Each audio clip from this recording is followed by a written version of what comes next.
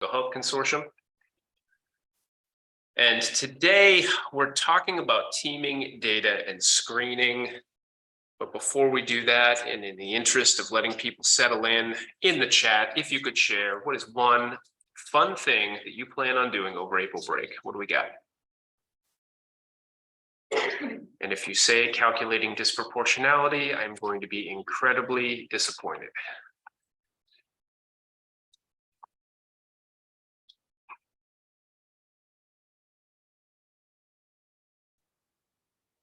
Michelle, that's nice. Son's birthday with family. Good times. How old, Michelle? 10. Double digit. Oh my God, my daughter's 10. It's too fast, too fast. Anyone else? Fun, a quiet house. All right. Kids have vacation the following week. You know, there's something to that. I'm just, you know, it's pretty special. Mary, you're going to the south, sit poolside. Love that. Very cool. Me time. Love that, Kristen. Cool. So you all know what's up. You've got principals don't get April break, so I will live vicariously through all of you. Renee, nor do I, sadly. But you know what I'm gonna do? I'm gonna pump those vacation days into April break. That's what's happening. I'm gonna burn them. Okay, we good to get started? All right. Just a quick note for those who are able to, if you could be on camera, cool. We're gonna hopefully have an interactive session. I want to start by kind of nesting this session topic within the idea of MTSS.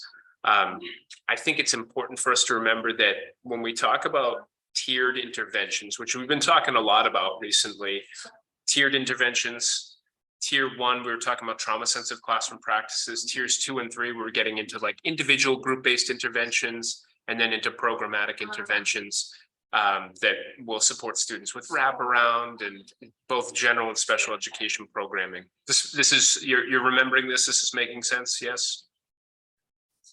Okay.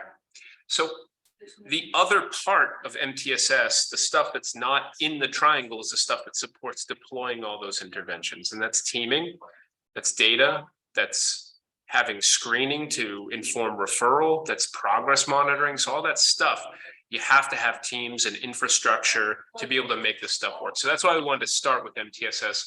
I think there's unfortunately still a lot of confusion around MTSS. This idea that you know, interventions are actually determined, like the tier of intervention is determined by grouping or by who delivers the intervention or where the intervention happens. And I'm here to tell you, friends, that there is one distinguishing characteristic for where an intervention lands in a tier of support. It is intensity and nothing else. That's it. Frequency, dosage, duration. If you can remember that, you're going to be able to nest an intervention into the correct tier of support. Let me press on that a little bit and get people thinking. And this requires audience participation, so please don't leave me hanging. What is, or which tier of support is a back of the classroom 2-minute processing meeting with a kid? What do we think? Mary says tier 1. Leah, tier 1. Tier 1. All right, good. I love this. Now, that's running counter to this idea that, well, that's an individual intervention. That's got to be tier 3. No, right? Like it's low dosage, low frequency, low duration. It's tier 1. How about this one? I'm ready to trip people up. Individual therapy that occurs for 6 weeks. What do we think? So this one, it looks like it was on Snapchat, and it says, as well as. Oh, and it falls apart. There we go. I'm seeing tiers 2. I'm seeing 3. I'm gonna argue that if we're talking a medium frequency, medium dosage, medium duration kind of intervention, because like individual therapy, who here has, for our practitioners, our mental health people. Have you met with a student in excess of 30 times in a year, ever? That ever happened? Okay, that's feeling like more frequency, more duration, right? 6 sessions, individual, let's nest that in tier 2. That's not beyond tier 2. Programmatic, bright program, or a special education therapeutic intervention that's supported with like a resource room. Yeah, that's tier 3. Is this tracking? Is this making sense? I need like 30 thumbs up, or I'm just going to keep asking this. Okay, we're good. We understand. So frequency, dosage, duration. Don't worry about where it happens. Don't worry about who does it. Don't worry about the modality, the grouping. That doesn't matter. Intensity. I like this definition. It calls out the systematic and continuous improvement framework in which data-based problem solving and decision-making is practiced. So we're using data to do a lot of things. We're using data to identify kids, to make referrals, to determine the level of intervention necessary, to progress monitor, and also to remove students from intervention. We should talk about termination. That's important. I didn't do the thing that I always do, friends. I gotta pace myself well, so I gotta find out how many slides I actually have in this deck. Wait one. All right. There we go. What is MTSS not? What are our interventions not? Well, it's not the case that MTSS is just tiered interventions. We talked about that. It's a framework for deploying interventions. It happens to have 3 tiers. It also happens to have teaming and data systems and infrastructure that allows for this stuff to happen. Without that stuff, the interventions don't happen. What else? MTSS is the new special ed pre-referral process. Well, hopefully not, right? We're hoping that this is actually a process that reduces the instances in which an individual needs tier 3 therapeutic supports and special education supports. I think this is a process that applies to all kids, not just students who are teeing up for special education services. This is probably the big one that I hear. Well, tier 1's teaching and tier 2 student support and tier 3 special education.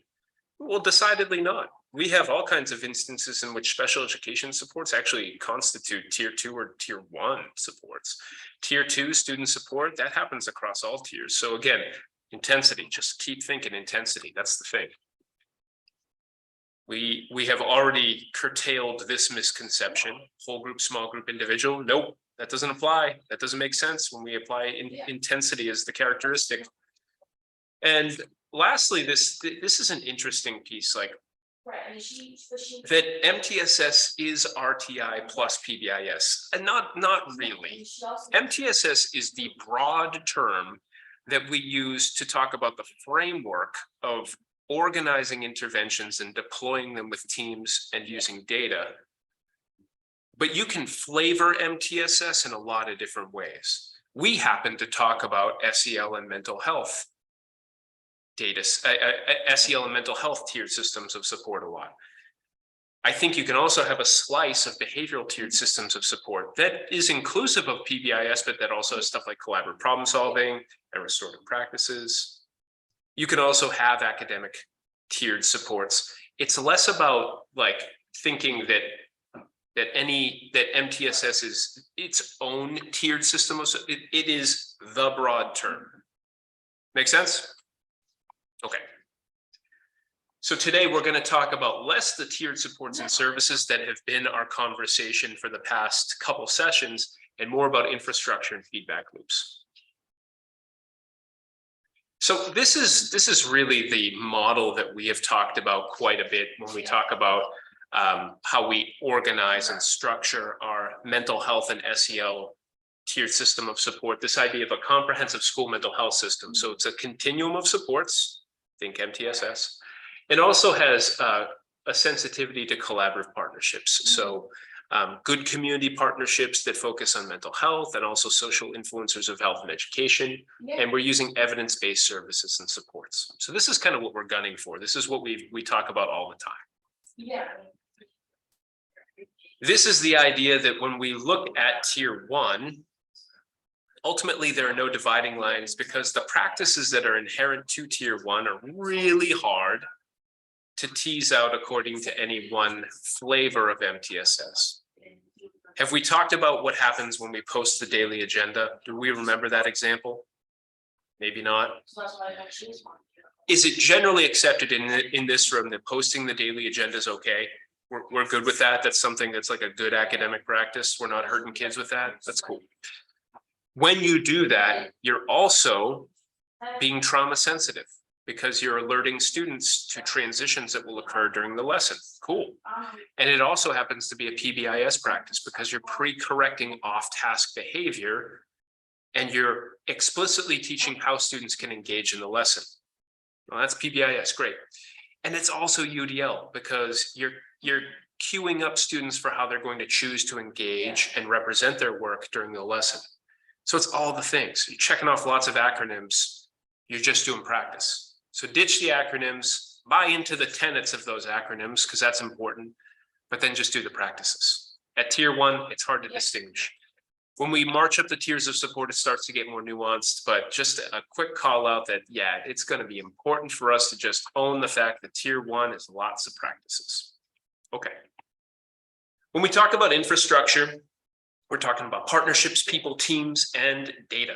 So these partnerships are things that are health or mental health related, social emotional learning related, after school stuff that happens with our kids.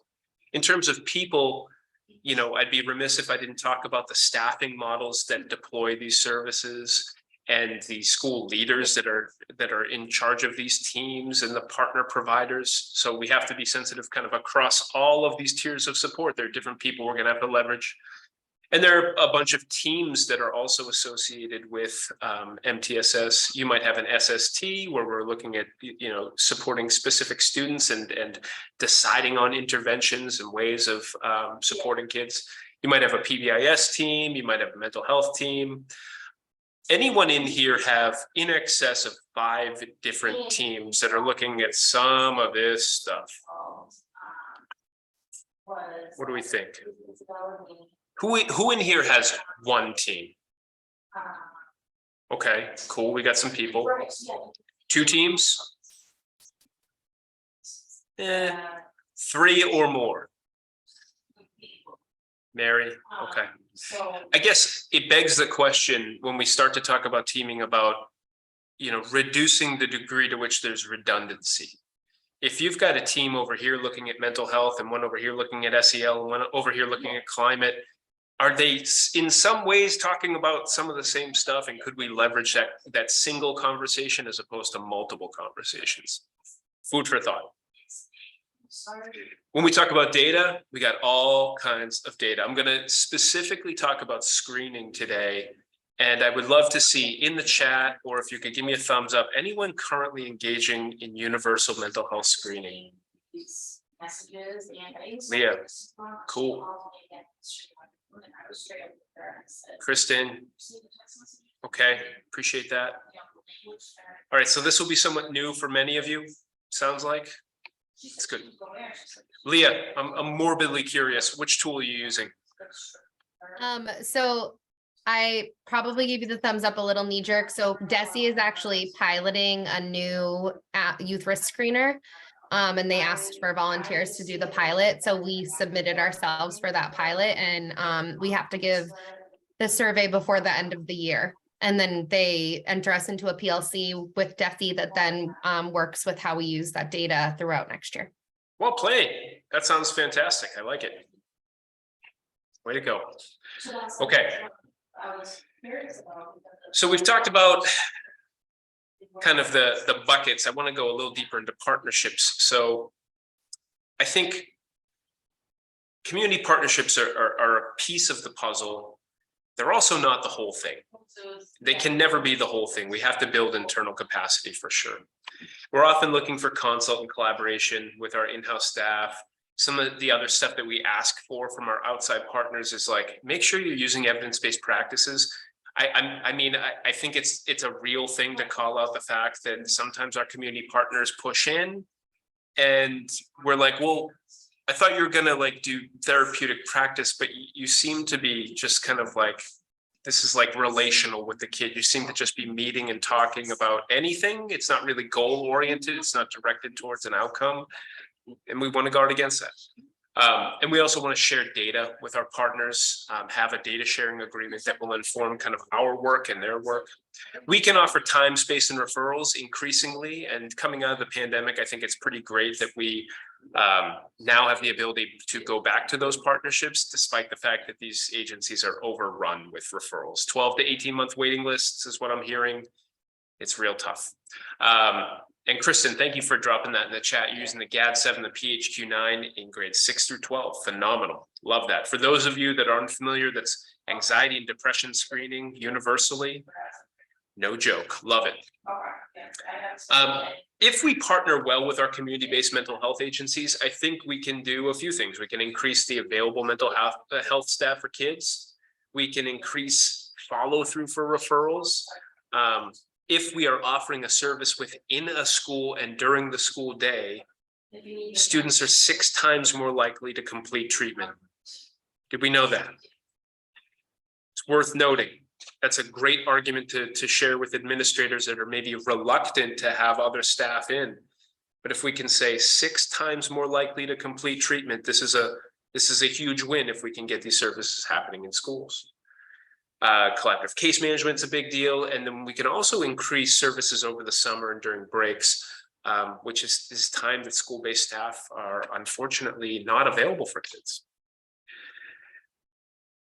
One of the things that I want to call out as a requisite if we're going to partner well is you got to get an MOU in place. And this is kind of like, these are the guardrails for the relationship where you're going to be able to set some expectations around what they're going to do and what you're going to do.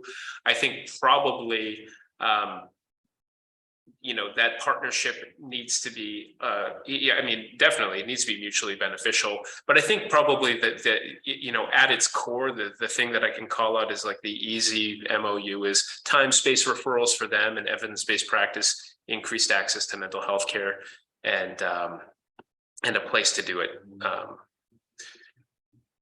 So if you don't have an MOU, we actually have drafted one that was part of the state comprehensive school mental health coin that we shared. So if there's any interest, drop in the chat and we can get that to you. All right, let's talk people. So we've talked partnerships. We're going to now talk about the people that we need to leverage to be able to do this well. The specific staffing models that we use matter. Quick show of hands. Anyone in here feel like you have a written staffing model that outlines the specific responsibilities and roles of your school mental health staff? Maeve is like, nope, for sure not. I'm seeing heads shake. Okay. So I guess I mentioned that because when we onboard new people, we're basically dropping them into a situation where they have to figure it out.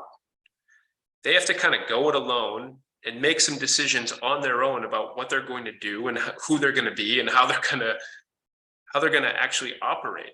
And that's super stressful, especially for a person that's new to a district, new to a school, and trying to do a good job. So my recommendation would be if you've yet to analyze your staffing model or memorialize it, that's a step worth taking. It's also a step worth taking to consider whether or not you want to expand the degree to which you leverage all your school mental health staff. If it is the case that you have that staff definition has gone unchecked for 20 years, you might not be leveraging staff to their full capacity. Training programs have changed dramatically. The readiness of school mental health providers has changed dramatically, and we might still be treating staff with a perspective that's kind of like the 1970s version of what guidance counselors did. And that might not lend itself to deploying these interventions effectively. Does that track for people? Okay. Here we go. Does your school or district have a written formal plan for how school support staff and mental health staff partner and are assigned? Roles and responsibilities clearly outlined, redundancies and gaps filled. Is there a clinical leadership structure? This is probably one of the most hot button issues that I've heard recently. This idea of, analyzing the degree to which we have clinical leadership and clinical supervision occurring in schools. I'll share a quick stat. Last year, we surveyed over 100 districts through the consortium, and let's get some guesses in the chat. How many districts, what percentage of districts reported that they do not employ an administrator who provides clinical supervision and clinical leadership for SEL and mental health initiatives? What do you think? Does not employ someone that does that. Jennifer, 80%. Wow. Anyone else? 95%. Whoa. Liz, 70%. Okay. 60, 75. Yeah, you're all ballpark. You're all right in there. It was about 70%. 70%. I was so not quite 95%, Renee, which I mean that'd be bad times, right? But 70% is not really much better, if I'm going to be honest. That means if we're gonna take a big step back, that 70% of our mental health service providers are not getting clinical supervision to guide their practice. They're not getting feedback and resources. They're likely not getting nuanced professional development that is a match for their specific role. And there's no seat at the table advocating for those individuals to ensure that they're used effectively and leveraged with fidelity. That's a problem. Fair? So we do have to do something about that. And one of the somethings that we're trying to do about that is actually trying to ready up clinical leaders for the state through different initiatives. But I would ask for you to consider, if I don't already have a clinical leader in my district, what would it take to make that happen? I'll be honest with you, that's my role in Methuen. I'm the director of school mental health and behavioral services. I do clinical supervision. I'm the clinical leader in the district. Now, I would be a pretty terrible department chair at the high school for science. That's just real. I love me some science, but I don't have the pedagogical skill to move practice for those teachers at the high school. And in the same way, all of the associate principals and principals who are doing their absolute best to oversee and supervise and evaluate mental health staff might not have the skill set to do that. That's an unfair ask to begin with, and that's not a knock on them. We need to be able to provide appropriate supervision for our mental health staff. Renee, I'm seeing in the chat, are these larger districts that provide that level of administrative support? In smaller districts, admin roles tend to be folks who wear many hats. Director of curriculum, who's responsible for all areas K-12. Renee, you'd be surprised. It ran the gamut for sure. There were small districts that had clinical leaders and gigantic districts that didn't, and vice versa. So it's one of those untouched, unanalyzed pieces of the puzzle that I think is worth considering, because we do a lot of damage to our mental health staff when we are, I guess it's like benign neglect, right? We're just kind of like, you go and lead and do what you need to do in terms of mental health. But they need direction and they're owed direction, feedback, resources, support, supervision. So food for thought there, friends. I think it's a big piece of the puzzle. Okay. So we're going to drop you in groups, and I think we're going to put you in groups of maybe like 3 or 4. And I'd love for you to answer these questions. Like, when you think about partnerships and people in your school or district, what are the most significant strengths and assets? What are you doing really well with your partnerships and with your staffing model and your clinical leadership structure? And what are some things you need to ultimately work on? Make sense? Let's keep this to like 7 minutes, and then we'll circle back and we'll get a little bit of feedback. Cool? See you in there.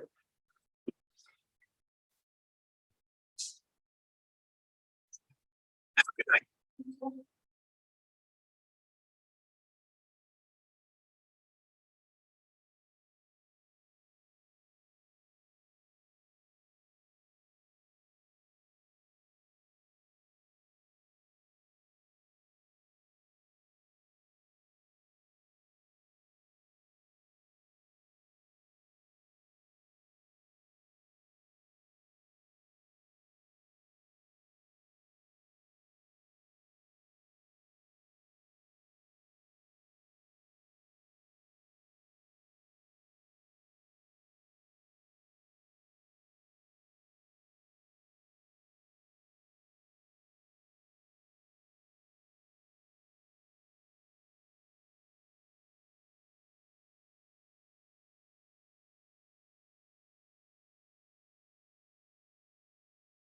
Jill, Alyssa, Marisol, Sarah, if you need help getting to those rooms, just let us know. We can point you there. All right, I'm going to filter around Amanda.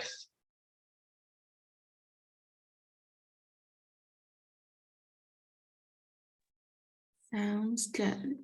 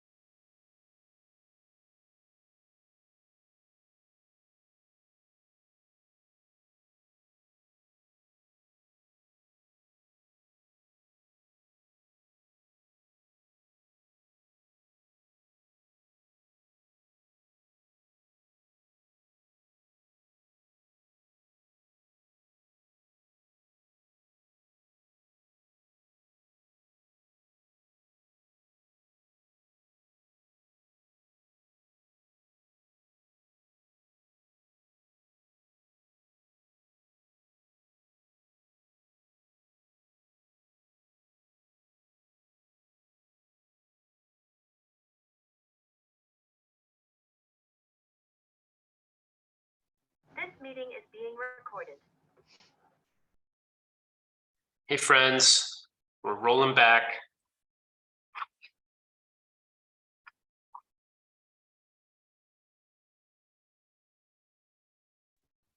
Recorded. Actually, I'm gonna not share my screen for a moment Meeting is because being recorded. I want to make sure that we can chat about this and I can look into your eyes and really get a sense of what's going on.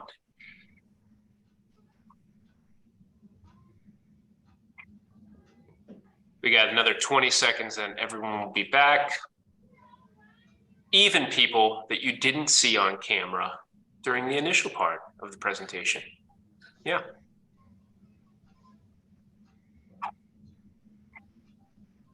Okay, we're back, friends. What was the conversation like? Talking about partnerships and people. I get to bounce around a little bit, but what was the core of your discussion around kind of the strengths and the gaps relative to these two topics? What do we got?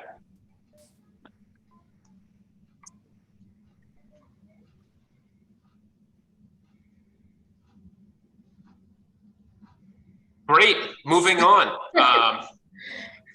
Nikki, what do you got? I can say a few things. I was in a group with another colleague, and we were just talking about how I know, like, for example, at my school, we do have a lot of good connections with some outside resources. We have a good relationship with our mobile crisis team or our crisis evaluation team if we need to call upon them for assistance. My school system is also part of a thing called Interface referral service. So, you know, if we want to refer a family to Interface, they can call, and it's like, it helps them get connected with various mental health resources. So instead of giving a family a list of like 20 outpatient therapists, it's like you can just give them Interface and they can help connect them a little bit. I think so. We also have a really good working relationship with our school resource officer and the police department, which I think is actually a really good thing. We really support each other. Our school resource officer is really you know, supporting mental health and social emotional health of our kids is a really top priority of his, and he's really good with those kind of issues. I think the biggest challenge is, even with all of that available and good relationships, is the wait lists that are out there for everything. You know, so even when you feel like a child's in crisis and they get evaluated at like the mobile crisis or mental health team, there can be a 4 to 6 week wait to get them in a day treatment program, or even a couple weeks to get them in an inpatient bed. So it's just, I think we have good resources available to us, but I think the wait lists are still a big challenge. Wait list people, 12 months, 16 months, 18 months. Yup. It's a good call, Nikki. It's tough times out there. But thank you for sharing that. I'm glad you've got some good partnerships going. Thanks for sharing. Michelle, I saw you chime in. What you got? Yeah, kind of some similar situation. We're a very small district, so connecting some of those dots. We had with our community support last year, we saw a decrease in slots and availability for outside folks to be able to service some of our students. So yeah, we're starting to get systems in place and a lot of good ideas and a lot of caring adults. Just the availability to match the need doesn't seem to be there right now. Good call, Michelle. We've only got 50% of the requisite providers nationwide that we need. That's just real. That's where we're at. So there is a behavioral health workforce problem, and we're not going to fix it. And like Nikki, I want to like throw Interface on the table. Amazing. It's a provider that allows for us to kind of like circle up our regional supports, and it costs a decent amount of money, and it gets to saturation, right? Like these are just the realities of trying to tap into a community-based workforce that is not at capacity. So it's a part of the solution, and it unfortunately can never be the solution. we all have to be a part of that solution in schools. So I want to point out one thing that I noticed between groups. Quick show of hands if you agree with this. Clinical supervision and leadership appear to be a problem in my district. I wish there was a solution to it. Yes. Okay. I'm seeing some people nod, raise hands. Seems to be a pretty common problem. And I heard a couple people like with this reflection around, and it makes me feel kind of like left behind. It makes me feel like I'm not like prioritized. PD day rolls around, what happens? Hey, what are you guys gonna do? Because we've got this whole like literacy thing over here for everyone else, which you're welcome to come to. It's not gonna move your practice, but you're welcome. So food for thought there. Let's get back into some content. We're gonna start to talk about teaming. We talked a little bit about this, but school mental health team is, you know, really a multidisciplinary team that's used to make some decisions around systems, practices, and also to deploy some of these resources around, make some decisions around action planning, initiatives. And I would say you can't really do much if you don't have a team associated with your planning and implementation. You can't be the one person show in your district that's caring about mental health. It does require a team. I think when I think of the difference between district and school teams, it's really a matter of scale, but it's also a matter of communication between scales. So think of school teams informing that larger district-wide needs assessment with their own local assessment at the school level. Think about the resource mapping that happens with a team at a school level, helping to provide a broader view at the district level of all of the things that we have. Implementation happens at school level, and the oversight a lot of times happens from a district team that's trying to work out the kinks between buildings and between teams. We're looking at monitoring practices and building pilot practices at the district team level, and piloting those practices and reporting back to the district team about how it's going. This is what I've seen. I know it's different in practice between districts, but I think ultimately, if you can have a broad viewpoint about what's happening across a whole district, then you can start to share practices between buildings and build some vertical alignment and also some horizontal alignment between your practitioners. It's just a way to build some consistency. And if we don't get to that, then we kind of go about things in a siloed and ad hoc manner that doesn't leverage great implementation. As a quick example, when we started screening, we screened at a small scale to start at the high school. That practice was then kind of broadened at the high school and shared down to the grammar schools. One grammar school was looking at implementation in this way, another was looking at it in this other way, and we shared practice down and we decided on this over that. So it's just this constant back and forth decision making that occurs, and that also leverages pilot implementation so that we don't have to like reinvent the wheel between buildings. Okay, some functions of a quality school mental health team, or rather these are features. Multidisciplinary team. We want to make sure that we're streamlining teams. Again, this is why I am asking about, like, do you have, 3+ teams kind of pointing at the same thing? Has anyone here ever gone to a meeting and there was no agenda? No, never happened. It's a phenomenon only that I have experienced. I think ultimately, if we don't have a good meeting structure, if we don't have a great agenda, if we don't have purpose and goal-oriented behavior, then it's going to be a problem. We need to be in a situation where we are moving in the right direction together. So some stuff we want to be aware of. Let's see. I do think that there is an incredible amount of work to be done at the school or district level with mental health teams around identifying and monitoring interventions. I think a lot of times at the provider level, at the practitioner level, interventions are being selected, and that's fine.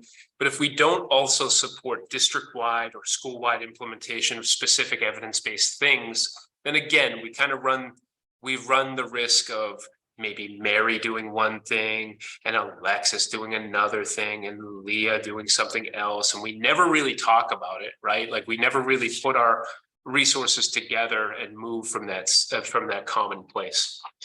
At the individual student level, this is more at the school teaming level.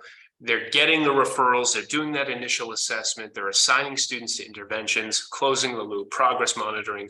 So I see that typically with like SST. We have SST going on. Yes, show of hands, a little bit. Cool. Great SST PLC happening. And I think that's going to be replicated in the future, I hope. Some stuff that we see with school mental health teams that does not contribute to growth and successful implementation. Infrequent meetings, like maybe you're meeting once a month or once every 2 months. There's inconsistent participation. Maybe you've got the wrong people at the table, or you haven't really defined their roles and responsibilities. I love this one. This is something that Paul talks about a lot from Bright, admiring the problem. So we sit around the table and we talk about the problem, and like we wax poetic over the different features of the problem. We never do anything about it.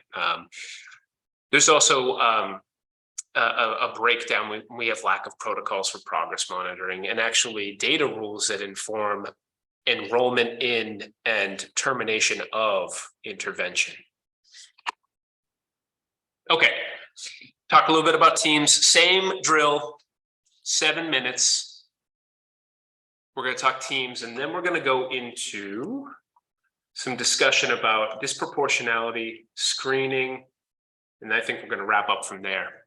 So 7 minutes, I'll see you in there. We're talking about the pros and cons of teaming in your district. See you soon.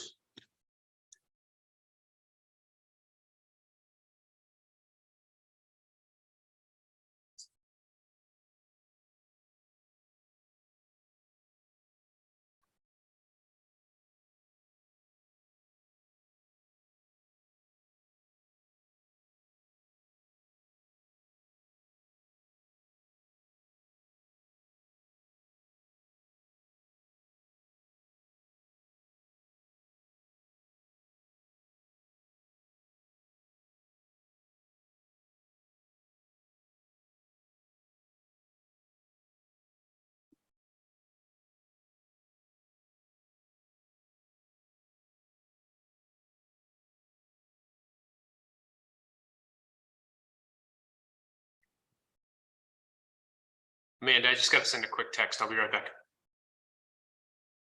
Sounds good.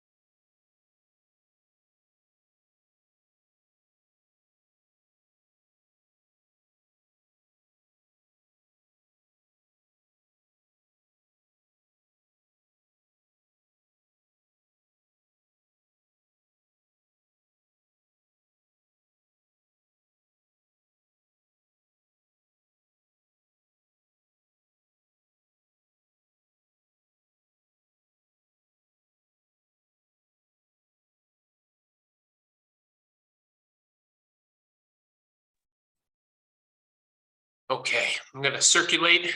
I will be back.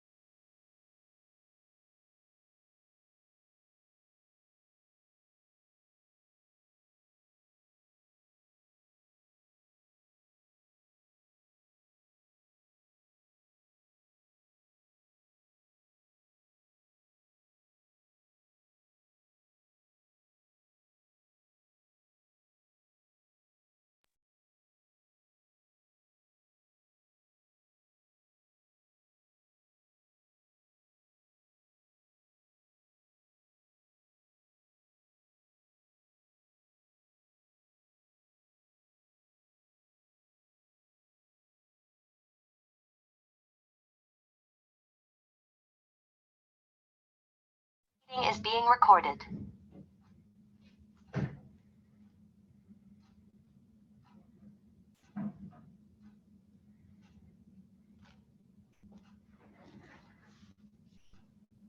This meeting is being recorded. This meeting is being recorded.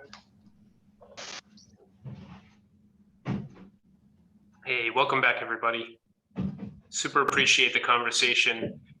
I think, you know, in the interest of making sure that we get to all the content, we're gonna jump right back into content. I hope that conversation lent itself to some insights and some ways in which you can maybe tweak your practice, or you know, in some cases, this is just real. I think there's a little bit of thank goodness I'm not alone. Like, thank goodness that this is a problem in another district too, and that we can kind of rally around that. So, okay, we're gonna get into a lot of discussion about data. I'm gonna move pretty quick through this next section so we can talk about screening. But I want to give you a little bit of like data literacy 101 when we're talking about school-based data. Important to note that with any data system, you're going to be able to zoom in, zoom out, look at a specific student, and then aggregate it out to a population so that we can have a different story. Individual student story, that's going to inform intervention, adjustments to practice, progress to date. Aggregate level, we're going to look at stuff like program evaluation, system evaluation. How well is our population doing? I think that's especially important when we talk about tier 1 interventions. If this is being deployed to all students, is it moving the dial on our population's needs?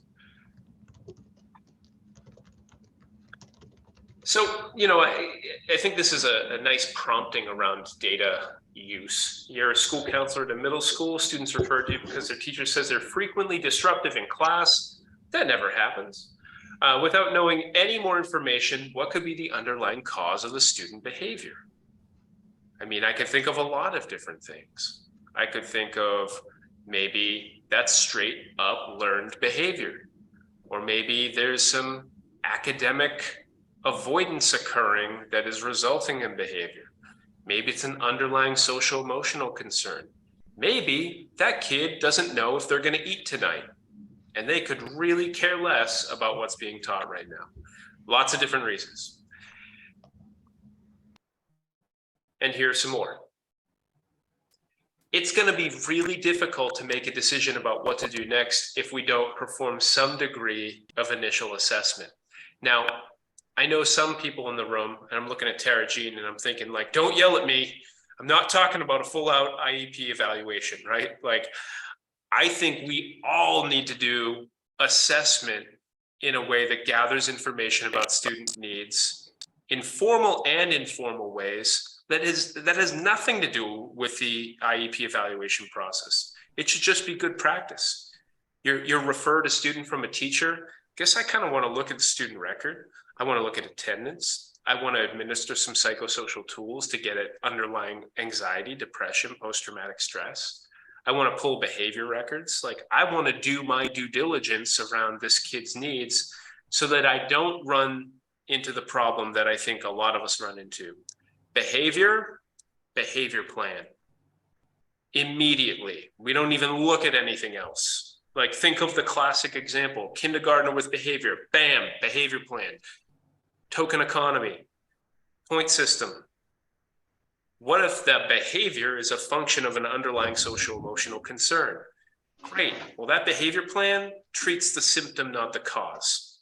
So we're not really doing much to resolve the situation.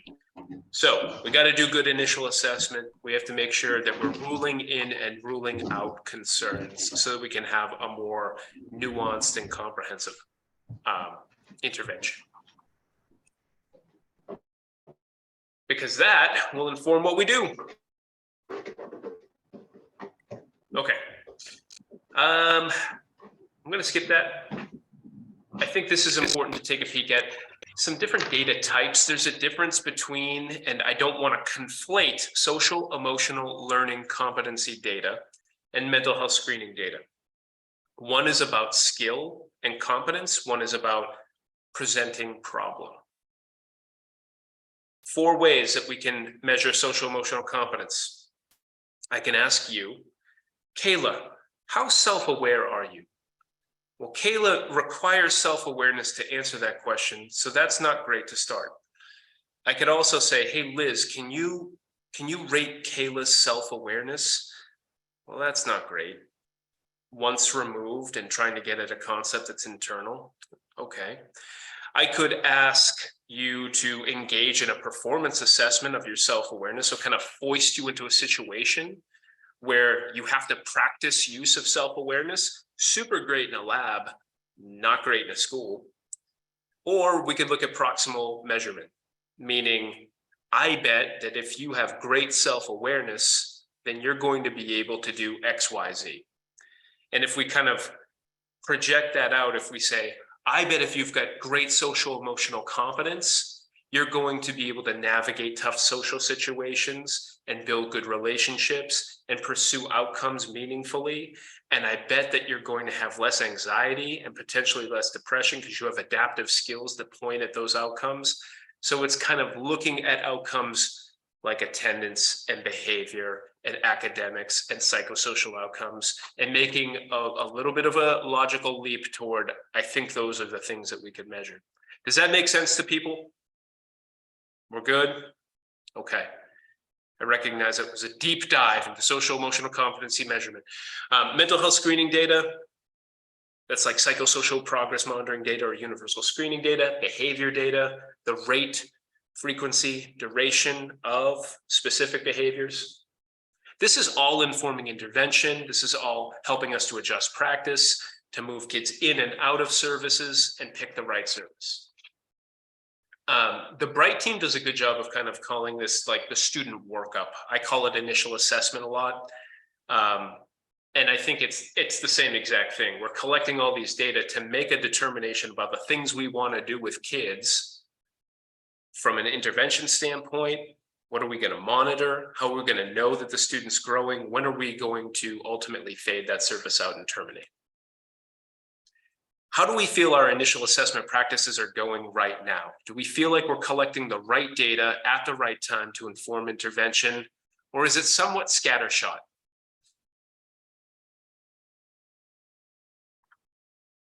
What do we think? Don't leave me now. We're 3:30. You've got 28 minutes left with me, all right? It's gonna be fine.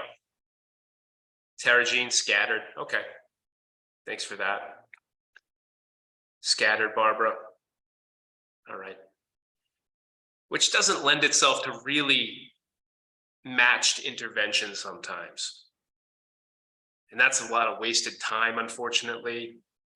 A lot of energy that we're putting towards something that might not be the right thing. So worth considering if you do that initial assessment well. Documentation of impact, I'm going to call one of the hardest things to get at when we're talking about school mental health practices. So like, is the thing I'm doing moving the dial on the outcomes that I want? Is cognitive behavioral therapy delivered in an individual therapy modality moving the dial on anxiety and depression because I'm using cognitive restructuring and behavioral activation with fidelity? Yeah, that's real hard to get at. But it's also the thing that tells us that what we're doing is good and that we should keep doing it, or that we should fade it out to see if students grow beyond the point at which we are needed.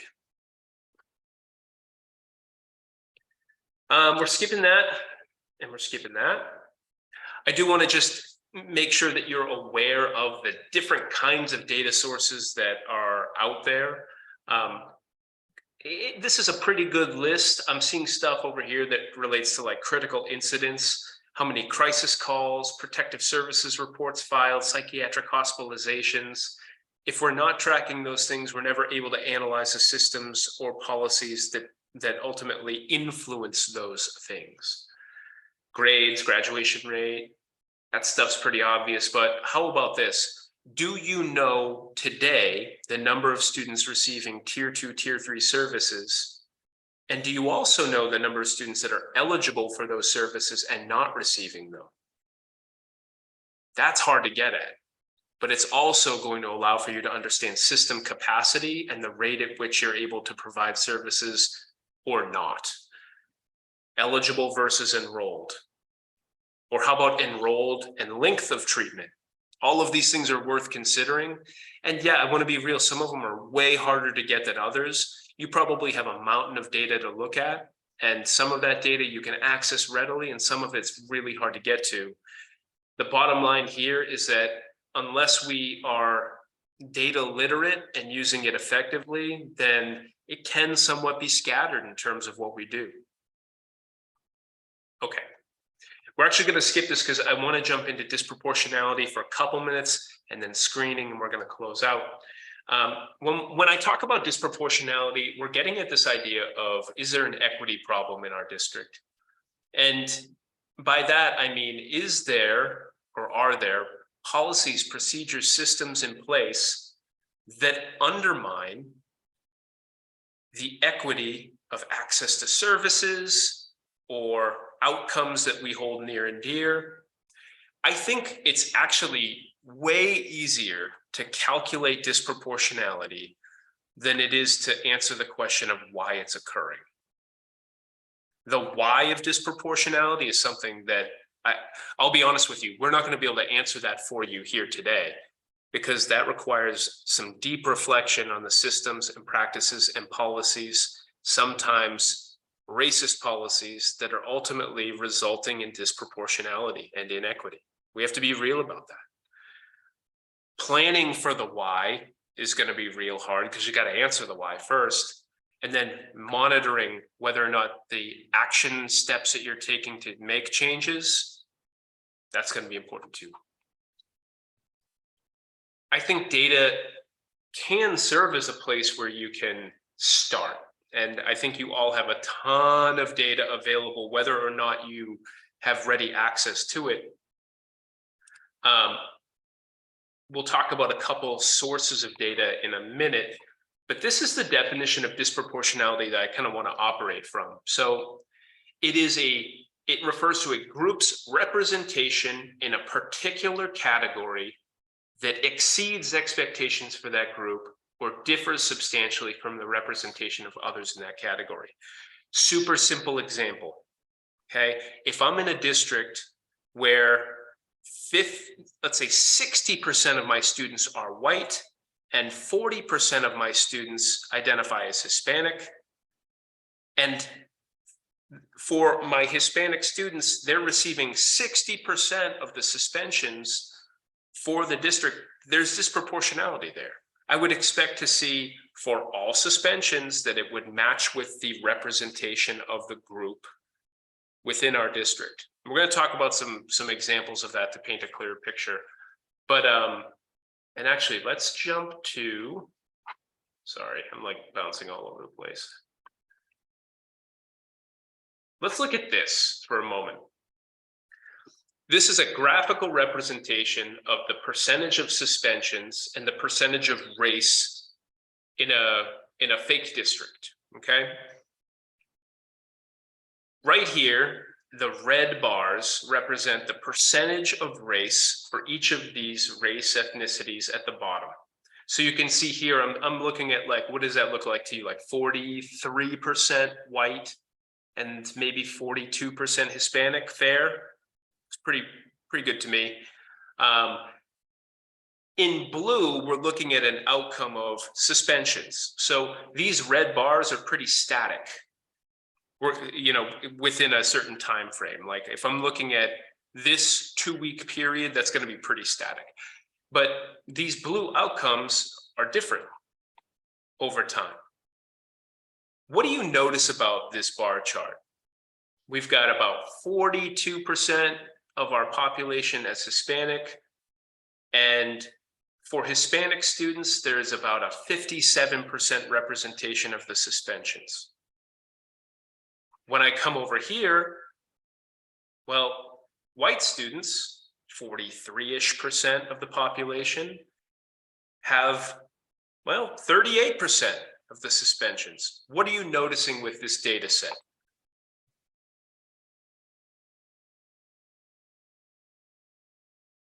Michelle? Yeah, the language we use in our district, we would say that there's overrepresentation in the number of Hispanic students who are being suspended, and there's underrepresentation in the number of white students who are being suspended. There you go, Michelle. There's a huge why there. Why is that happening? And that could be policy, procedure. That could be straight up racism. That could be a culture that is comfortable with suspending Hispanic students more than suspending white students. I guess I want to be real about the fact that if you put this data set in front of a team, you're going to get 9 million answers as to why that's occurring. And we have to be open to discussing those reasons, because the why of this is the real work.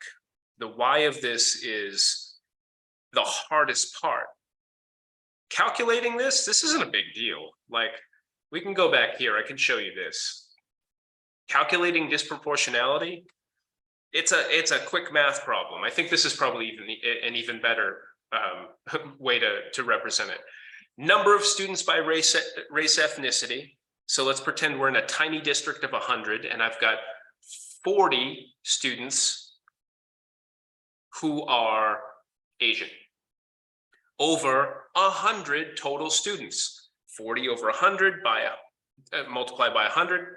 40% of the students in our district are Asian. Now, if I put that percentage of the population on a graph, and then I put the, let's again, for simple math here, 60% of the students in the district are white. And then I see that like these outcomes are way different compared to what I would expect to see. So it's about, Michelle hit the nail on the head, representation of a population relative to an outcome, over or under representation. And these graphs tell multiple stories.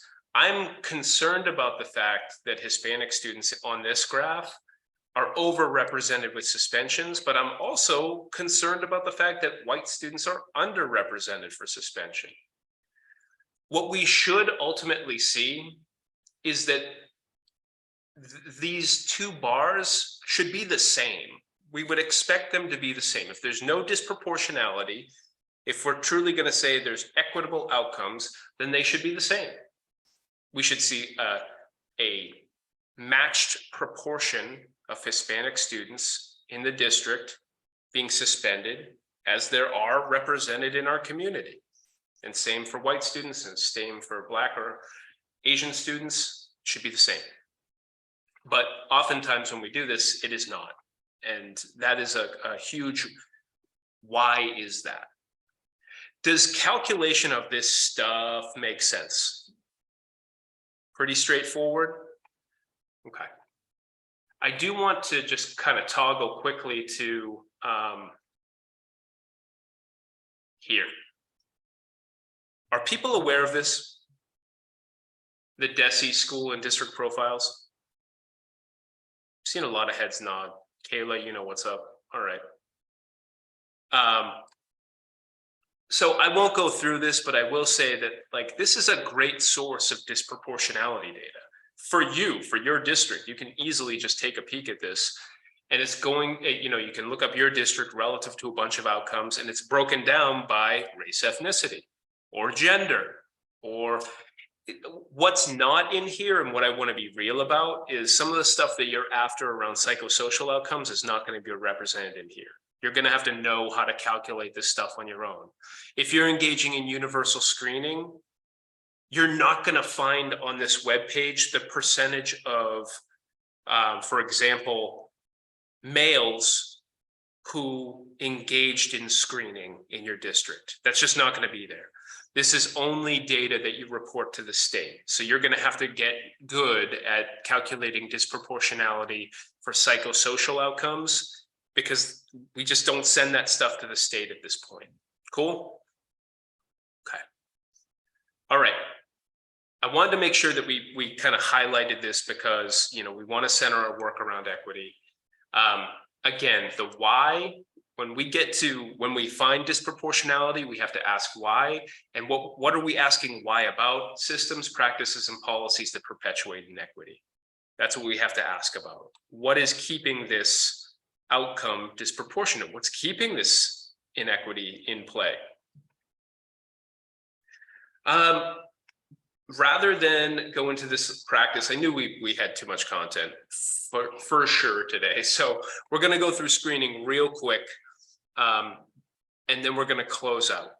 Again, I think screening is something that's not happening in most of the districts represented here today. So my hope is that this kind of paints a picture of where you can operate from. This is the definition I would offer in terms of universal mental health screening.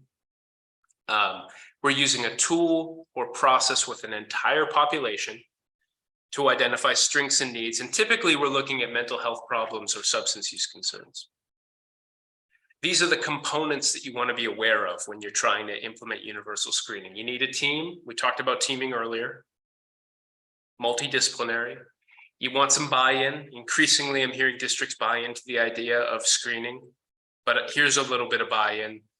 And let's start with a question. What is the national average wait time for a student to receive care after they've started to experience a mental health problem?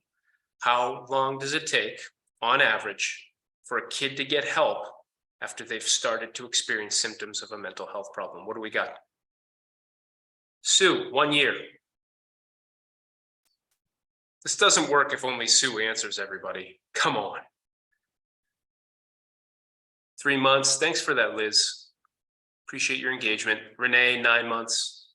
Okay. Kayla, I'm looking to you. Save me here. How long? Leah, you're unsure, but you're here. I love that. I don't know, but tell me. Unsure as well. All right.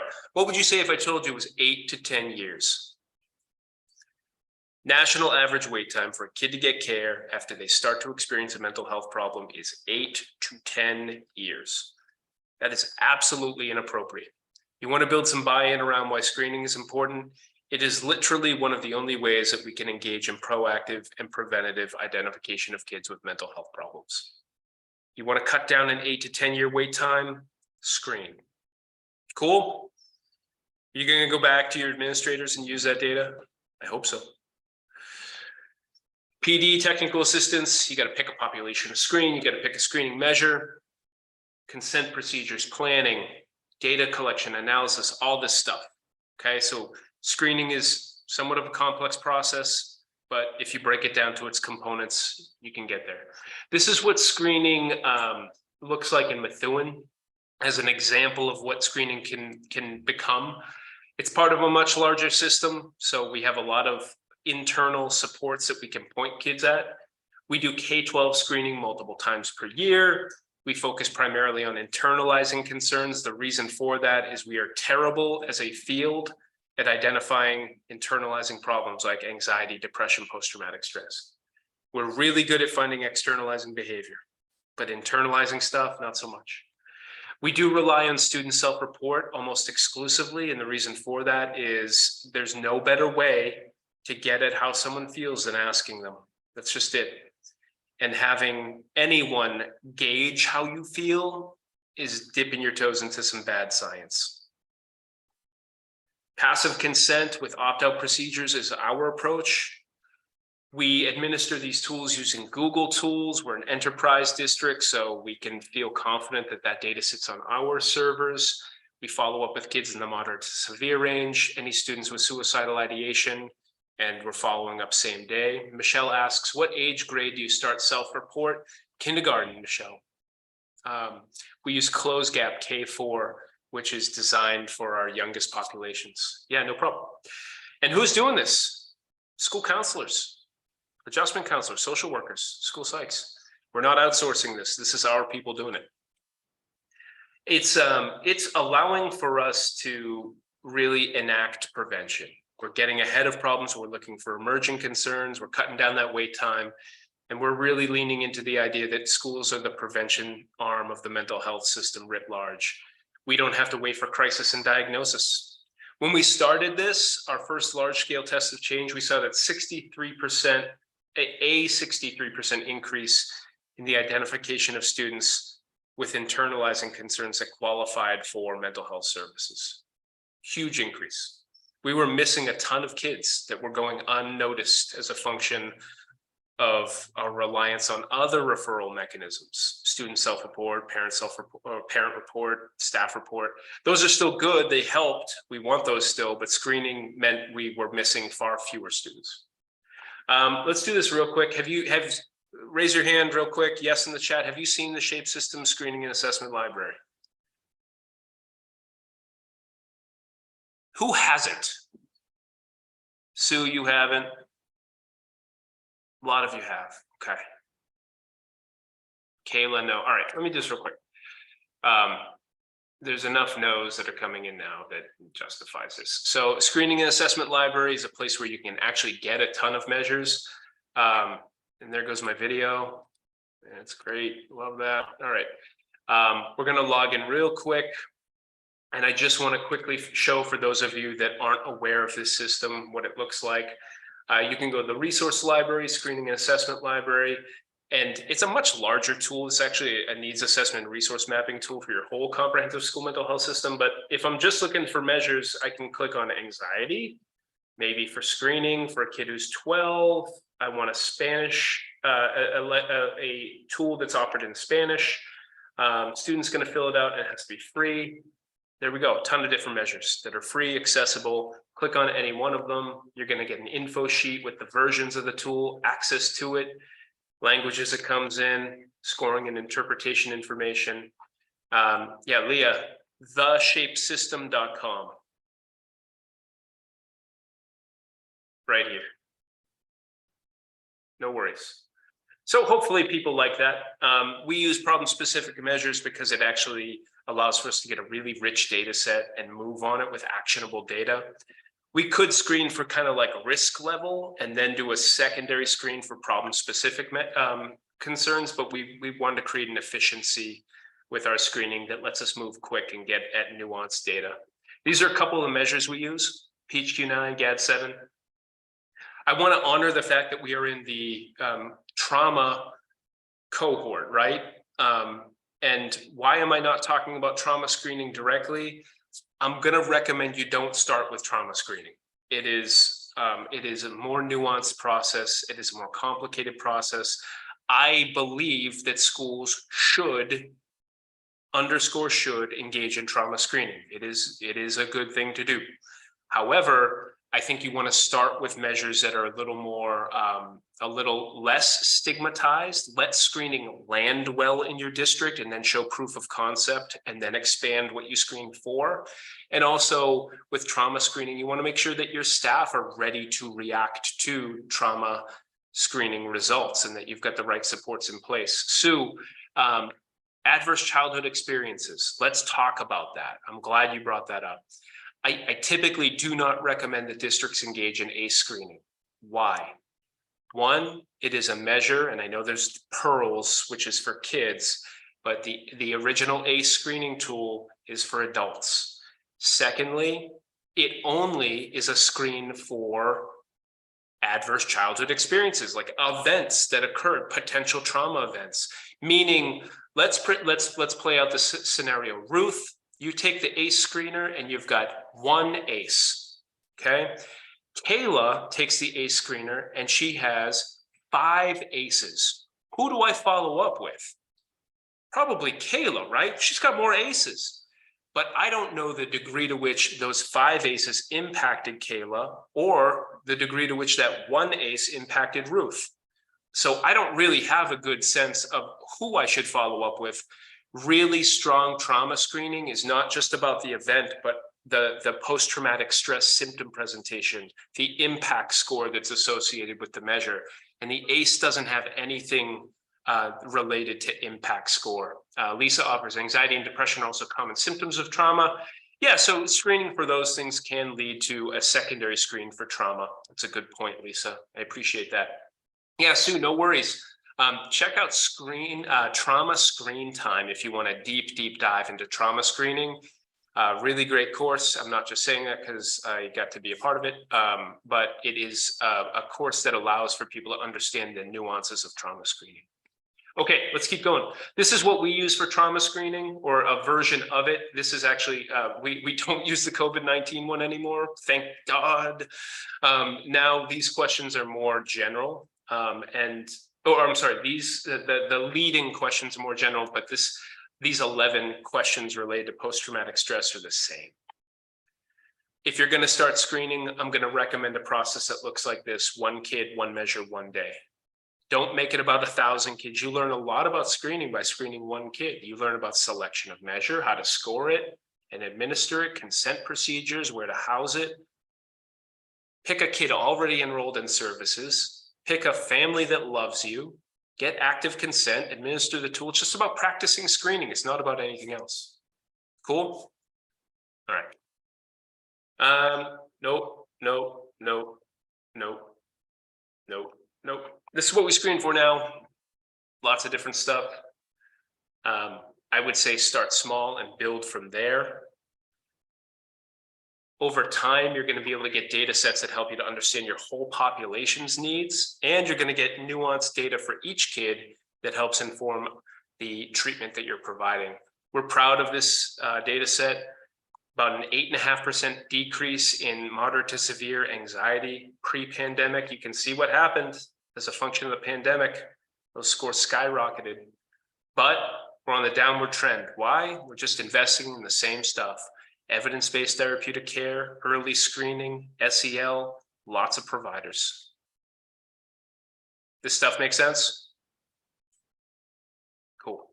Same for depression, same for post-traumatic stress, although we've only been doing that for 3 years. These are some screening resources that we offer to you for free. Lots of other additional resources. The next session is going to be on Wednesday, May 10th from 2:30 to 4. Topic TBD. It's coming out, and we can leave it open for a couple questions. I recognize that this was a lot of content today, but I'm super psyched that you stayed with us till 4 o'clock. So I'm going to stop sharing, but thank you for being here. I always love getting to present to this group. What questions do we have about teaming, data, screening, or otherwise? Will you share your slides? No way, Barbara. No, I guess I'll share the slides. That's fine. Thank you. Of course. I'm seeing in the chat, when do those screeners take place? During class? Yeah, during class. I think, you know, we're currently leveraging advisory at the high school and health class. I've seen it happen in tech class and also in homeroom. The goal is to do it early in the day so you can react to the data and so you can get to kids that require intervention quick. But I think this can take place in any spot. Just be mindful of the timing, and also please be super mindful of the fact that you must follow up on this, on these data.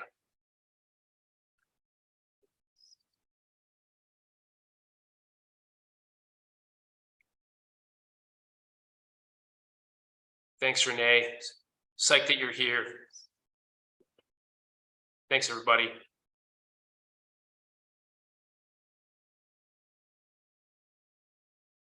I'll stick around for a couple of, Joanna. So good to see you. Joanna presented recently and she was awesome. Good to see you. John, I have a question.